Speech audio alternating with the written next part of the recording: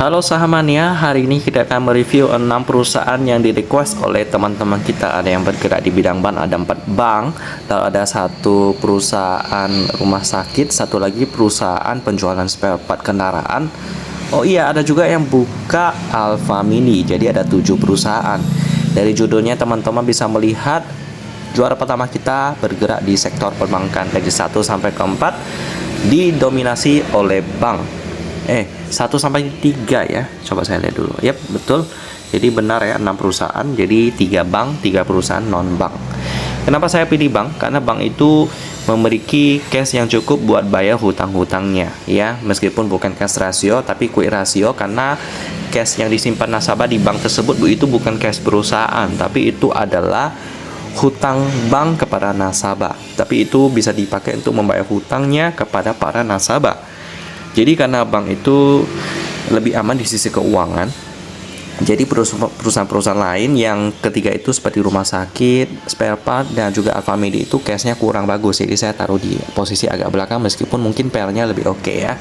Jadi kita langsung masuk ke posisi terakhir dulu seperti biasa ya. Ini adalah MIDI Utama Indonesia Tbk dengan kode emiten MIDI atau kita panggil aja MIDI.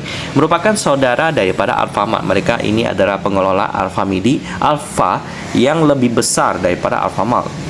Jadi mereka menjual lebih banyak barang seperti daging ikan, daging ayam, sayur-sayuran, buah-buahan, lebih lengkap pokoknya, tapi masih lebih kecil daripada supermarket. Kita akan lihat dari beritanya terlebih dahulu. Jadi mereka ada kasus hukumnya, di mana mereka dipaksa oleh seseorang buat bayar 700 juta ya. Di sebelah sini beritanya. Jadi kalau saya lihat di sini sih Alfamidi sih mungkin tidak bersalah ya. Ini kasus yang baru banget, 24 Agustus 2023. Jadi JPU Jaksa Penuntut Umum menyampaikan dakwaan terhadap RT yang diduga memberikan kesempatan sarana atau keterangan untuk melakukan tindakan melawan hukum kepada SM, seorang pegawai negeri.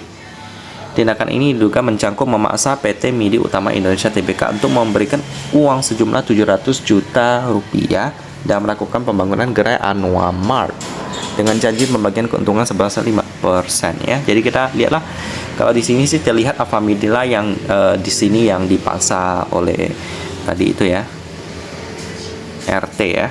Nah, jadi kita lihat aja nanti kedepannya kasusnya bakal kayak gimana.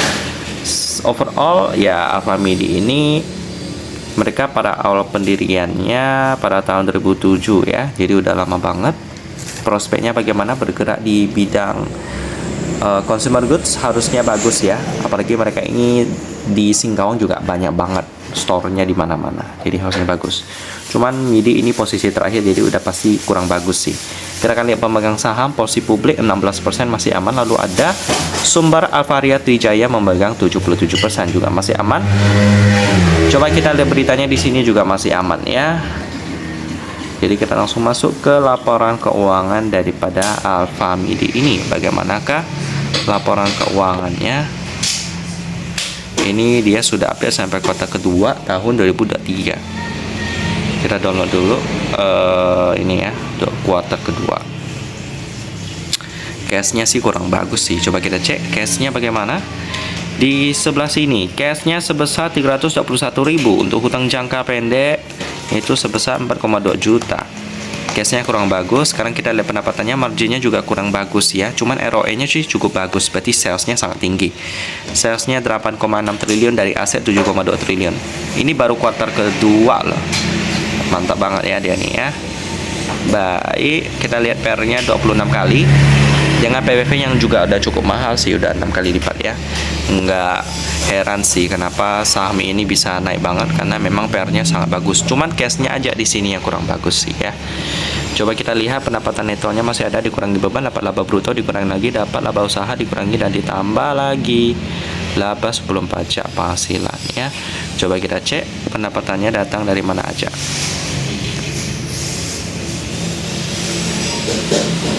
Ini dia, dari makanan 5,3 juta dan makanan segar 1,1 juta ya. Baik, overall gitu sih penjualannya ya. Makanannya mungkin seperti dari Indomie yang mereka retailkan, tapi overall MIDI ini masih kurang menarik. Coba kita lihat di posisi kelima sekarang, rumah sakit. Oke, Silo sebelah sini ya. Nama perusahaan Siloam Hospitals Tbk dengan kode emiten SILO atau kita panggil aja Silo. Kita mulai dari beritanya dulu. Beritanya di sini sih oke ya. Ada screening kanker payudara juga mereka. Kita langsung lihat profil mereka. Jadi mereka ini bagian daripada Lipo Group juga sih. Jaringan rumah sakit swasta yang terdepan di Indonesia dan telah menjadi benchmark nilai standar pada pelayanan kesehatan berkualitas di Indonesia, terdiri dari 2.700 dokter umum dan dokter spesialis serta 10.000 perawat dan staf pendukung, telah melayani hampir 2 juta pasien setiap tahunnya. Mantap. Ada beberapa rumah sakit yang mereka ya, pastinya banyak banget ya. Oke, sekarang kita akan lihat untuk prospeknya sih ya, rumah sakit dibutuhkan orang-orangnya ya. Selama ya pelayanannya bagus, ya biaya yang dikeluarkan juga harus ya worth it juga lah ya. Nggak terlalu murah, nggak terlalu mahal juga, biar rumah sakit juga bisa bertahan dan terus berbisnis juga. Sekarang kita lihat pemegang sahamnya. Porsi publik itu sebesar 23% ya, 23 sampai 24% masih aman. Lalu ada Mega Pratama Karya Persada memegang 49%. Overall oke sih beritanya. Jadi kita langsung masuk ke laporan keuangan daripada Silo ini. Coba kita lihat Silo di kuartal kedua juga sudah update dia. Kita download yang ini, FS Financial Statement. Cashnya sih masih kurang juga. Coba kita cek cashnya seberapa besar.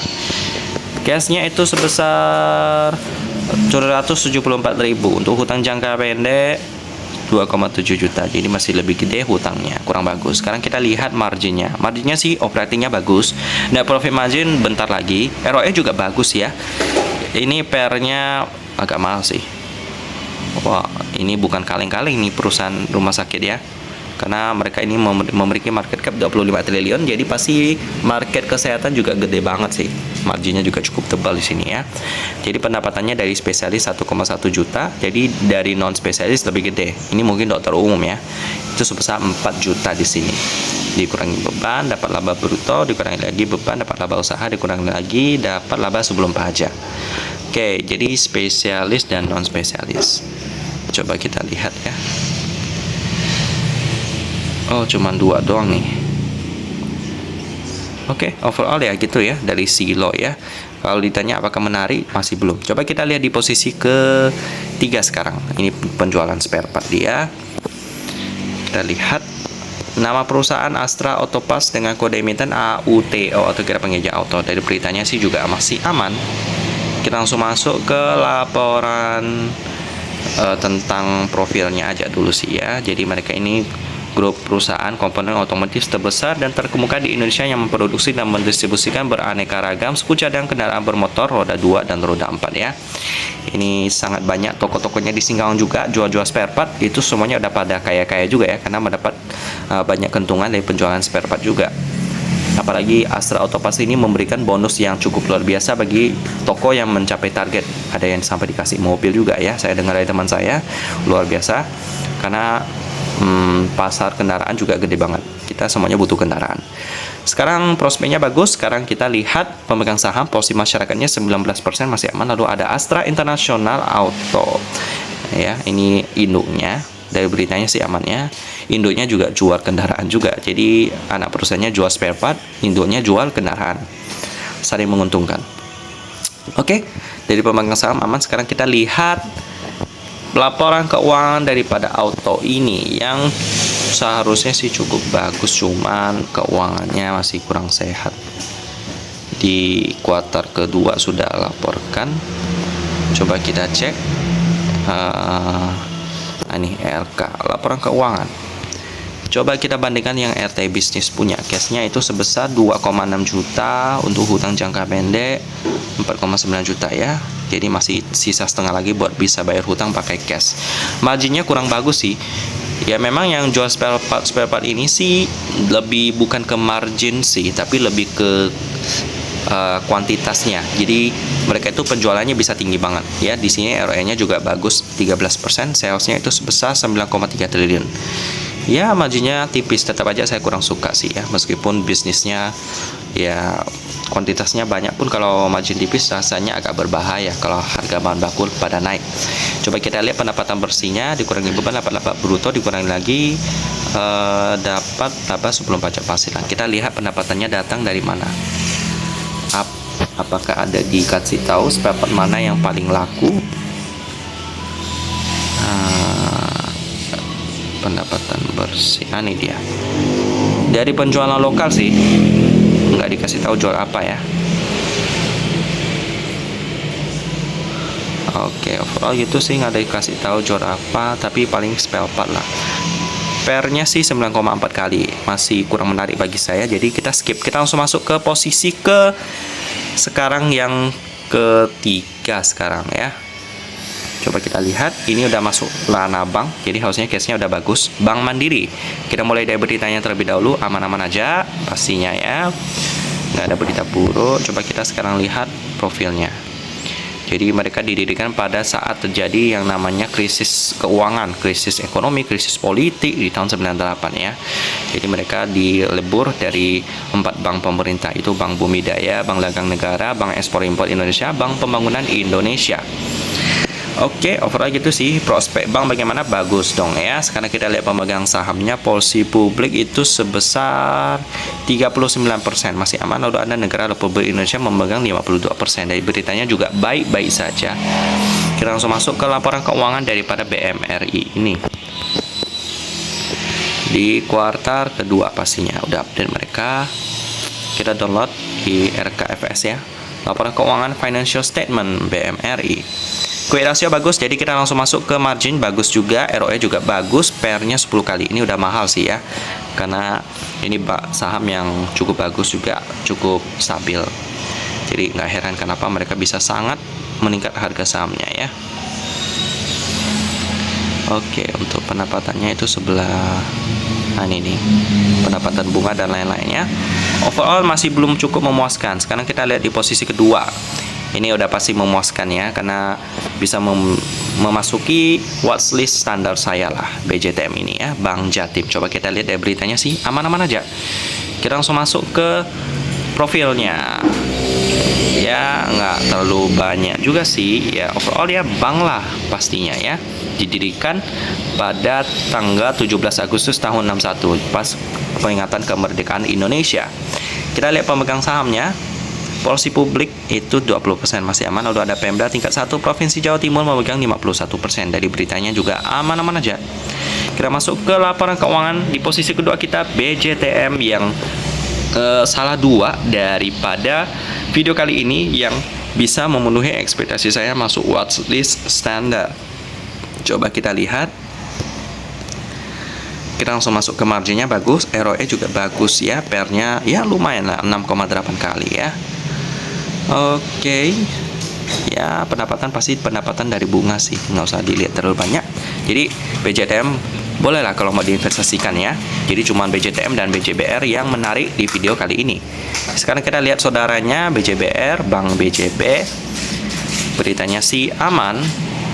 Lalu kita masuk ke profilnya, juga mereka ini sebuah bank yang dinasionalisasikan yang awalnya dibangun oleh Belanda, tapi akhirnya berdomisili di Indonesia ya, dinasionalisasikan.